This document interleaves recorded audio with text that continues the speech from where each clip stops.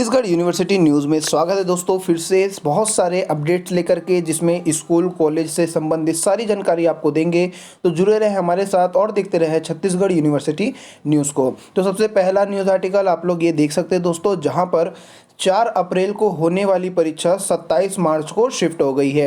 ये है 12वीं के डेट शीट का, जहां पर सीबीएसई ने बदलाव किया है। सीबीएसई बोर्ड ने 12वीं की डेट शीट में बदलाव किया है, जहां पर संशोधित टाइम टेबल के अनुसार अब 4 अप्रैल को होने वाली जो परीक्षाएं हैं उसको 27 मार्च को शिफ्ट किया गया है। वहीं 10वीं बोर्ड एग्जाम के डेट शीट में किसी भी तरह का कोई भी परिवर्तन नहीं किया गया है।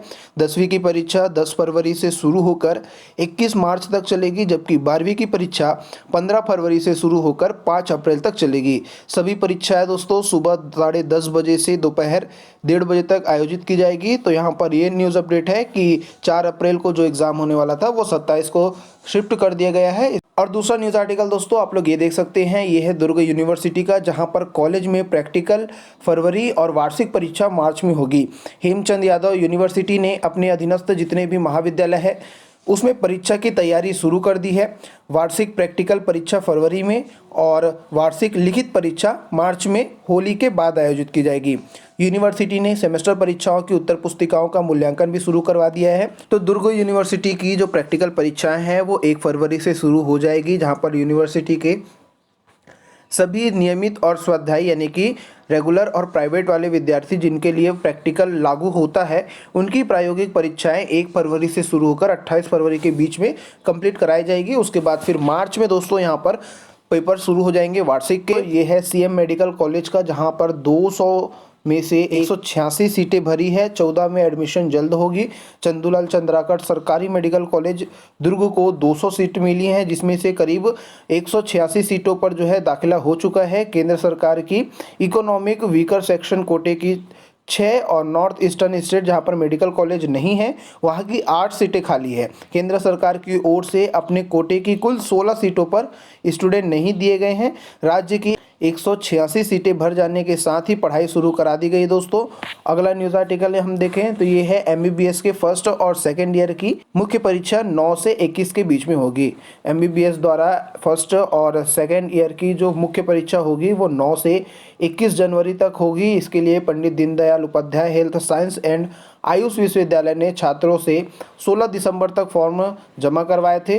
विश्वविद्यालय ने परीक्षा के लिए प्रदेश के 10 मेडिकल कॉलेजों को परीक्षा केंद्र बनाया है, जिसमें से 3 प्राइवेट कॉलेज है। अगले न्यूज़ आर्टिकल की तरफ चले दोस्तों, तो ये है नर्सिंग का, जहां पर नर्सिंग कॉलेज में प्रवेश अब खत्म हो चुका है। अब एक एक छात्र की जांच होगी। जी हाँ दोस्तों, नर्सिंग कॉलेज में एडमिशन का जो दौर है वो शनिवार को खत्म हो गया। चिकित्सा शिक्षा विभाग सोमवार से सभी कॉलेजों में एडमिशन लेने वाले छात्रों की बारीकी से जांच करेगा।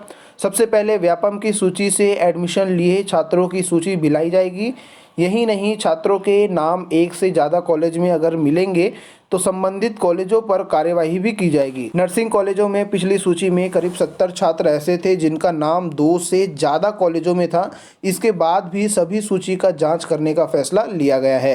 प्रदेश के करीब 141 सरकारी और प्राइवेट कॉलेज में नर्सिंग की कुल 10,500 से ज़्यादा सीटों में करीब 4,000 सीटें खाली रह गई है। सबसे ज़्यादा बीएससी की 2,838 सीटें खाली थी। इन सीटों को भरने के लिए केवल 2 दिन यानी कि 30 और 31 दिसंबर का समय था।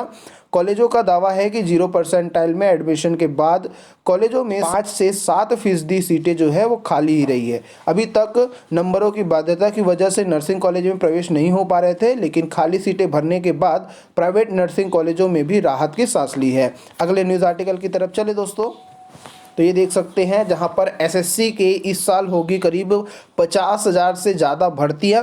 दिल्ली पुलिस कांस्टेबल परीक्षा अब आयोग के पास नहीं है। यहां पर दोस्तों स्टाफ सिलेक्शन कमीशन यानी कि एसएससी ने साल 2023-24 के लिए परीक्षाओं का जो कैलेंडर होता है वो जारी कर दिया गया है, लेकिन एसएससी की सबसे बड़ी परीक्षा जो एसएससी जीडी होती थी वो इसके लिए कोई अपडेट नहीं दिया गया है।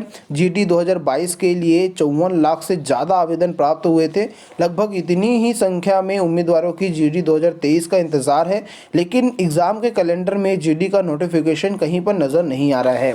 ये आप लोग कैलेंडर के हिसाब से कुछ अपडेट देख सकते हैं, जहाँ पर एमटीएस की परीक्षा जो होगी वो 7 जनवरी को इसके लिए नोटिफिकेशन आएगा और एग्ज़ाम जो है वो अप्रैल 2023 में जारी होगा। उसी तरीके से सीजीएल, सीएचएसएल, एमटीएस और सब इंस्पेक्टर के लिए यहाँ पर नोटिफिकेशन का डेट और एग्ज़ाम का डेट लिखा हुआ है दोस्तों, जिसको आप स्क्रीनशॉट लेकर के सेव करके रख सकते हैं, या फिर एसएससी के वेबसाइट में जाकर के भी एसएससी के इस टेंटेटिव कैलेंडर को डाउनलोड कर सकते हैं। तो दोस्तों और भी इसी तरीके से अपडेट रहने के लिए हमारे चैनल को सब्सक्राइब करें और देखते रहें छत्तीसगढ़ यूनिवर्सिटी न्यूज़।